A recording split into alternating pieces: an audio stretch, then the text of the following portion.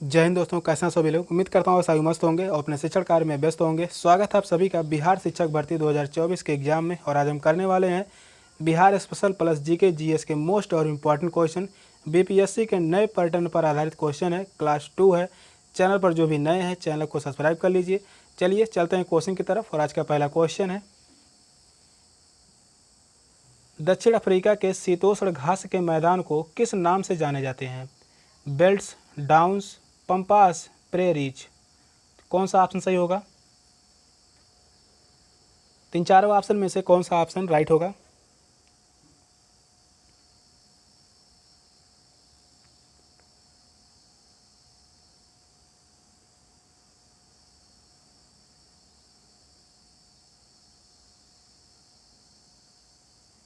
दक्षिण अफ्रीका के शीतोष्ण घास के मैदान को किस नाम से जाना जाता है? तो वह जाना जाता है बेल्ट्स। तो इस क्वेश्चन का राइट आंसर होगा ऑप्शन ए, बेल्ट्स। डाउन्स जो है यह घास का मैदान ऑस्ट्रेलिया में पाया जाता है। डाउन्स कहाँ पाया जाता है? तो यह पाया जाता है ऑस्ट्रेलिया में।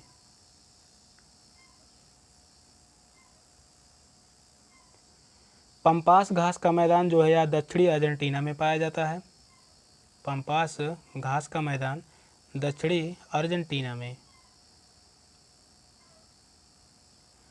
प्रेरीज जो है यह उत्तरी अर्जेंटीना में पाया जाता है। प्रेरीज घास का मैदान यह उत्तरी अर्जेंटीना में पाया जाता है। डाउन्स जो है ऑस्ट्रेलिया में पाया जाता है। पंपास घास का मैदान दक्षिणी अर्जेंटीना में। प्रेरीज जो है यह उत्तरी अर्जेंटीना में पाया जाता है। तो इस क्वेश्चन का राइट आंसर है ऑप्शन ए। नेक्स्ट क्वेश्चन है,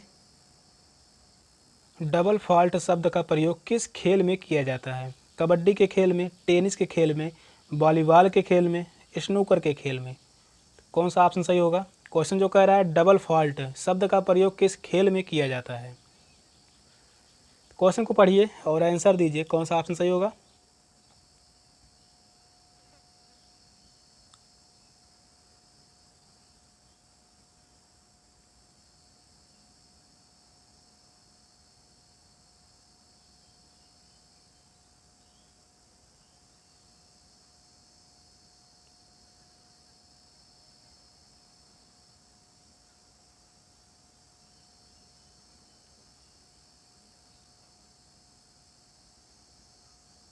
डबल फॉल्ट शब्द का प्रयोग यह किया जाता है टेनिस के खेल में। तो इस क्वेश्चन का राइट आंसर होगा ऑप्शन बी, टेनिस के खेल में डबल फॉल्ट शब्द का प्रयोग किया जाता है। नेक्स्ट क्वेश्चन है, करो या मरो भारत में किस प्रसिद्ध आंदोलन का नारा था? रॉलेट एक्ट आंदोलन, असहयोग आंदोलन, भारत छोड़ो आंदोलन, सबने अवज्ञा आंदोलन। कौन सा ऑप्शन सही होगा? करो या मरो भारत में किस प्रसिद्ध आंदोलन का नारा था? कौन सा ऑप्शन राइट है?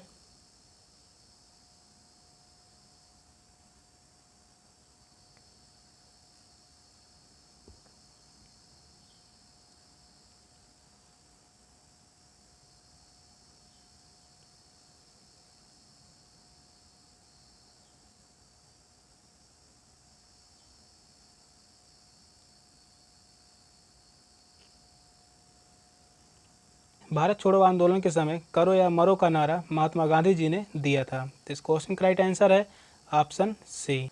भारत छोड़ो आंदोलन चलाया गया था 1942 में। कब चला था? 1942 में भारत छोड़ो आंदोलन चला था। रॉलेट एक्ट आंदोलन जो है कब चला था? 1919 में। इसका विरोध जो हुआ था 1919 में। असहयोग आंदोलन या 1 अगस्त 1920 को चलाया गया था। 1 अगस्त 1920 को असहयोग आंदोलन चलाया गया था। सबने अवज्ञा आंदोलन, इसी को नमक सत्याग्रह या डांडी मार्च के नाम से भी जाना जाता है। कब चलाया गया था? एग्जैक्ट डेट भी पूछता है तो 12 मार्च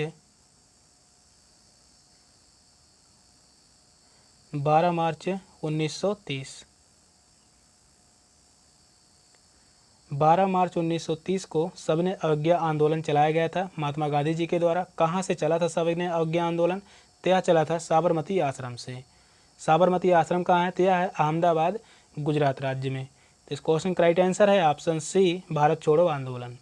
नेक्स्ट क्वेश्चन है, यूनेस्को की विश्व धरोहर सूची में स्थान बनाने वाला पहला भारतीय शहर कौन सा है? बेंगलुरु, अहमदाबाद, भुवनेश्वर, इंदौर। कौन सा ऑप्शन सही होगा? इन चारों ऑप्शन में से कौन सा ऑप्शन सही है?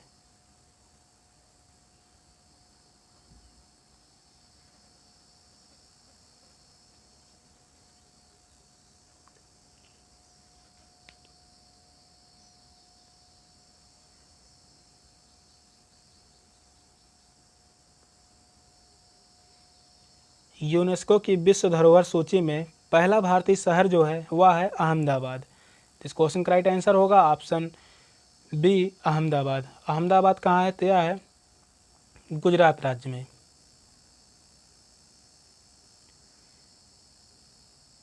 गुजरात राज्य में अहमदाबाद शहर है। तो इस क्वेश्चन का राइट आंसर है ऑप्शन बी। नेक्स्ट क्वेश्चन है, म्यूटेशन यानी उत्परिवर्तन शब्द का अर्थ क्या है? आनुवांशिक सुधार, आनुवांशिक रेखा, आनुवांशिक स्थानांतरण, आनुवांशिक गलती। कौन सा ऑप्शन सही होगा? तो पांचवा क्वेश्चन का राइट आंसर क्या है?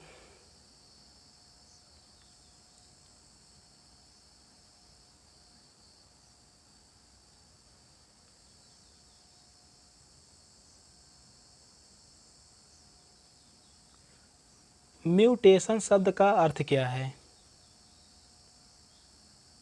तो इसका अर्थ है आनुवांशिक गलती। म्यूटेशन शब्द का अर्थ जो है वह है आनुवांशिक गलती। तो इस क्वेश्चन का राइट आंसर है ऑप्शन डी।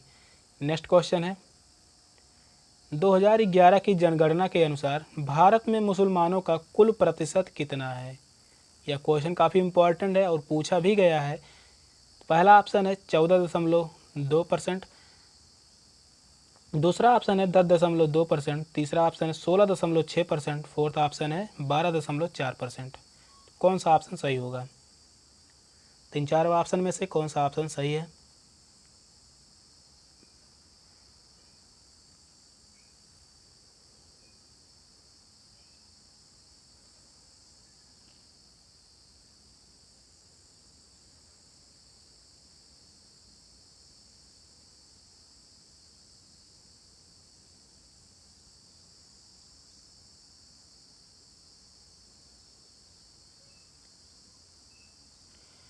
तो 2011 की जनगणना के अनुसार भारत में मुसलमानों का कुल प्रतिशत है 14.2%। तो इस क्वेश्चन का राइट आंसर है ऑप्शन ए।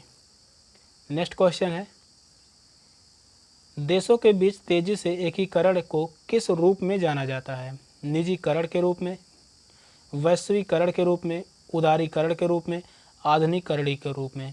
कौन सा ऑप्शन सही होगा?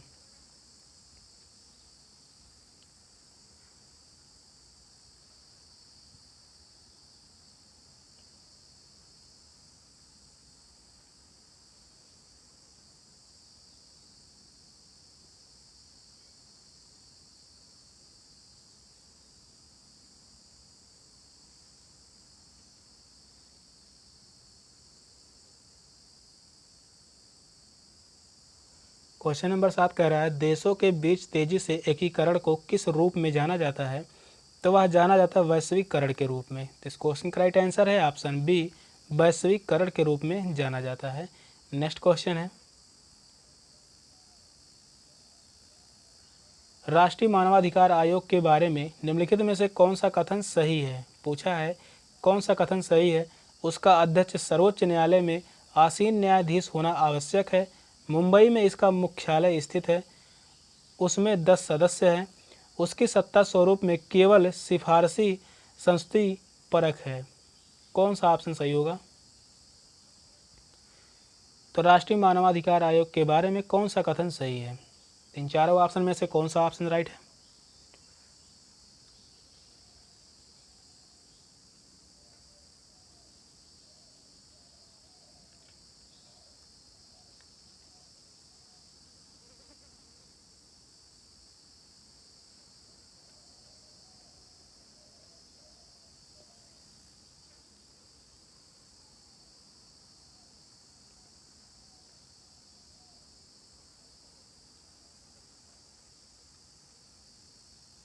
राष्ट्रीय मानवाधिकार आयोग के बारे में जो कथन सही है वह है ऑप्शन डी, उसकी सत्ता स्वरूप में केवल सिफारसी है। तो इस क्वेश्चन का राइट आंसर है ऑप्शन डी।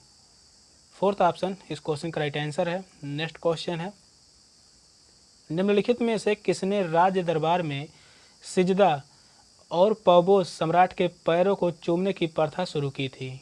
मोहम्मद बिन तुगलक, यहाँ पर मिस प्रिंटिंग है उसके लिए माफ़ी चाहूँगा, अलाउद्दीन खिलजी, गयासुद्दीन बलबन, फिरोज शाह तुगलक। कौन सा ऑप्शन सही होगा? इन चारों ऑप्शन में से कौन सा ऑप्शन राइट है?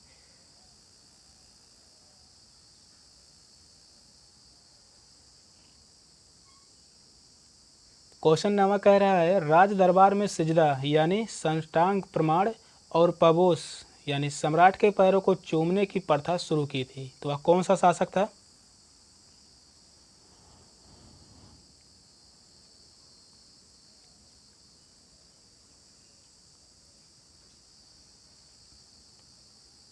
तो वह शासक था गयासुद्दीन बलबन। तो इस क्वेश्चन का राइट आंसर होगा ऑप्शन सी, गयासुद्दीन बलबन ने ही सिजदा और पबोस की प्रथा शुरू की थी। तो इस क्वेश्चन का राइट आंसर है ऑप्शन सी। नेक्स्ट क्वेश्चन है, किस IUCN दस्तावेज में वनस्पतियों और जीवों की लुप्त प्राय प्रजातियों की सूची दी जाती है? लाल सूची, हरी सूची, नीली सूची, काली सूची। कौन सा ऑप्शन सही होगा?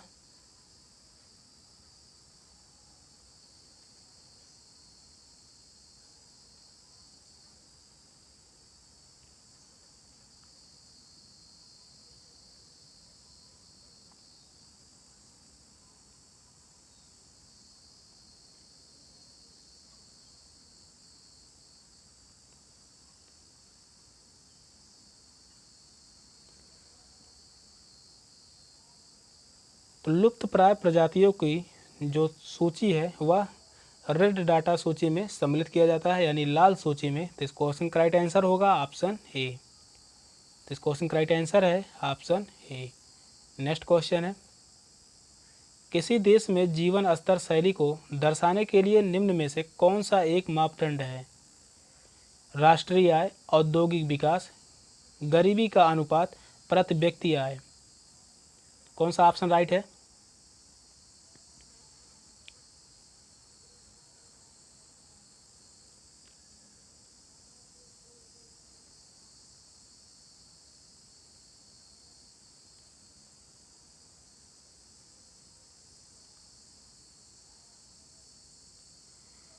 क्वेश्चन नंबर 11 कह रहा है किसी देश में जीवन स्तर को दर्शाने के लिए कौन सा एक मापदंड है? तो वह है प्रति व्यक्ति आय। तो इस क्वेश्चन का राइट आंसर होगा ऑप्शन डी, प्रति व्यक्ति आय। फोर्थ ऑप्शन ही सही है। नेक्स्ट क्वेश्चन, पंचायती राज संस्थाएं किस अधिनियम के अंतर्गत अस्तित्व में आई? 86वां और 87वां संविधान संशोधन अधिनियम, 42वां और 73वां संविधान संशोधन अधिनियम, 73वां और 74वां संशोधन अधिनियम, 63वां और 64वां संशोधन अधिनियम। कौन सा ऑप्शन सही होगा? पंचायती राज संस्थाएं किस अधिनियम के अंतर्गत अस्तित्व में आई थी? तीन चारों ऑप्शन में से कौन सा ऑप्शन सही है?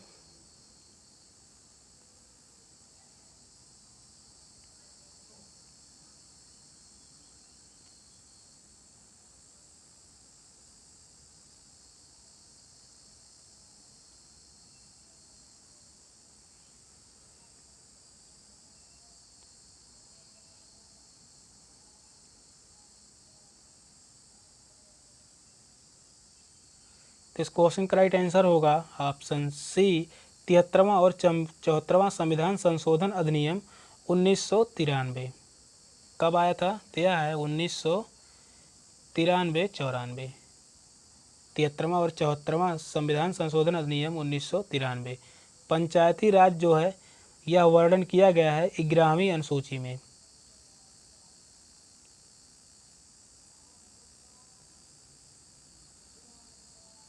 ग्रामीण अनुसूची में पंचायती राज व्यवस्था का वर्णन किया गया है। तो इस क्वेश्चन का जो राइट आंसर है ऑप्शन सी। नेक्स्ट क्वेश्चन है, किस घरेलू कचरे में रिसाइकलिंग यानी पुनर्चक्रण की एक उत्कृष्ट संभावना है। धातु, रबड़, सब्जी के छिलके, प्लास्टिक। कौन सा ऑप्शन सही होगा?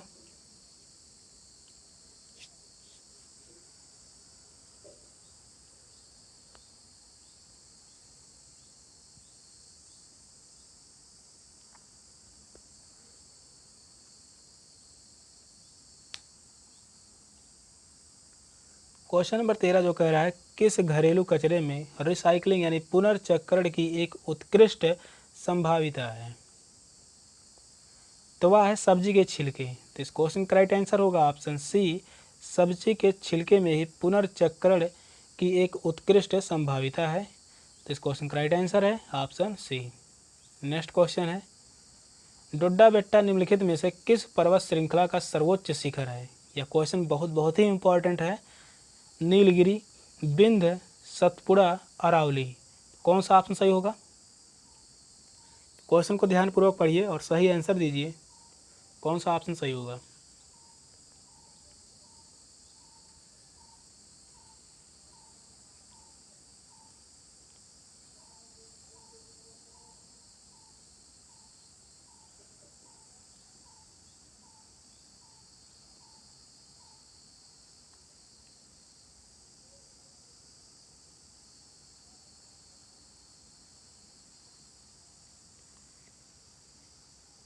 तो डोड्डा बेट्टा किस पर्वत श्रृंखला का सर्वोच्च शिखर है? तो वह है नीलगिरी की।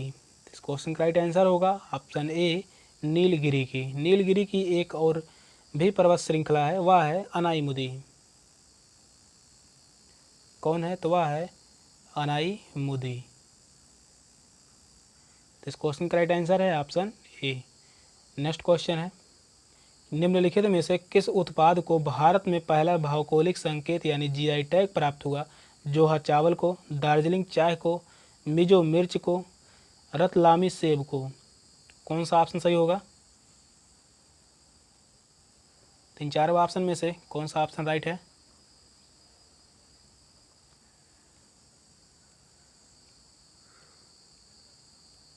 तो भारत में सबसे पहला जीआई टैग किसे प्राप्त हुआ था?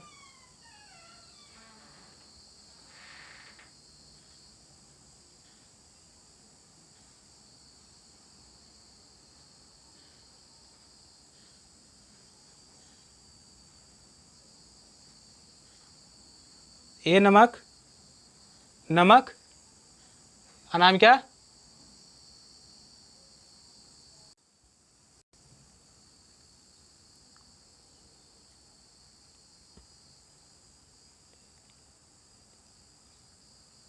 तो भारत में पहला भौगोलिक संकेत यानी जीआई टैग प्राप्त है दार्जिलिंग चाय को।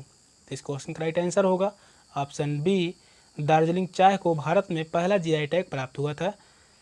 नेक्स्ट क्वेश्चन है, 1526 में बाबर ने इब्राहिम लोदी को कहाँ हराया था? पानीपत में, चौसा में, कलिंजर में, हल्दीघाटी। कौन सा ऑप्शन सही होगा?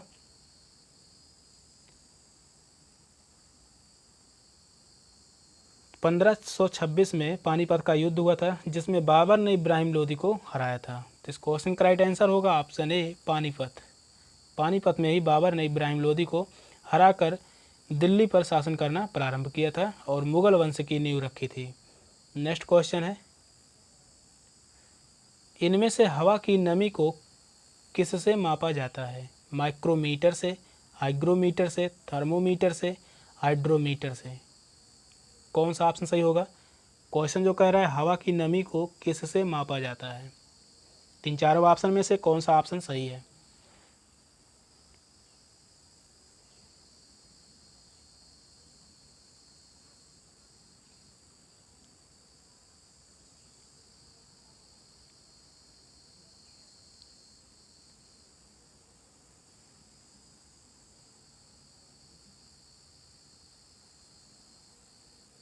तो इस क्वेश्चन का राइट आंसर है ऑप्शन बी, हाइग्रोमीटर। हाइग्रोमीटर से हवा की नमी को मापा जाता है।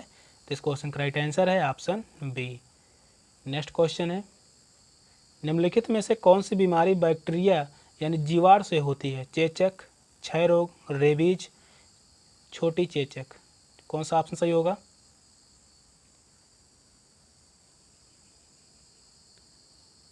बैक्टीरिया यानी जीवाणु से होने वाली बीमारी वह कौन सी है?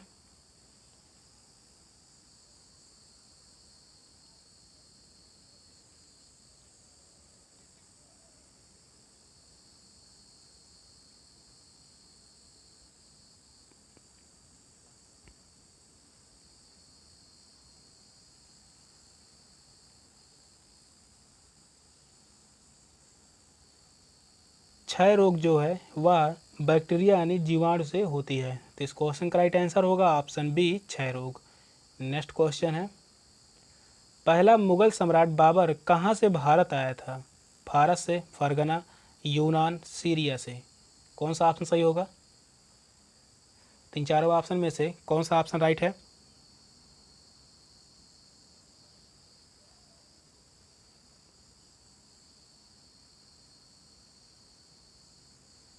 क्वेश्चन नंबर 19वां कह रहा है, पहला मुगल सम्राट बाबर कहाँ से भारत आया था?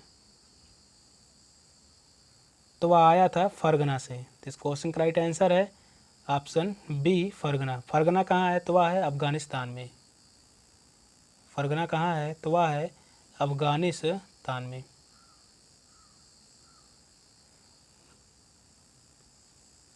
अफगानिस्तान में ही फरगना पड़ता है और उसी समय बाबर आया था। पानीपत का युद्ध हुआ था 1526 में। इब्राहिम लोदी को हराकर मुगल वंश की स्थापना की थी बाबर ने। तो इस क्वेश्चन का राइट आंसर है ऑप्शन बी। नेक्स्ट क्वेश्चन है, पृथ्वी पर जीवन लगभग डैश डैश साल पहले समुद्रों में शुरू हुआ था?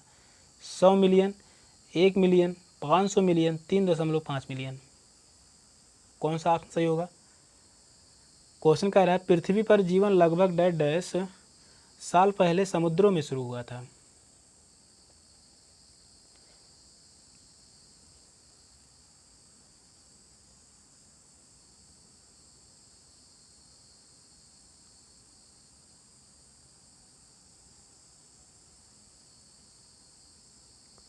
तो पृथ्वी पर जीवन लगभग 3.5 मिलियन साल पहले समुद्रों में शुरू हुआ था। तो इस क्वेश्चन का राइट आंसर है ऑप्शन डी।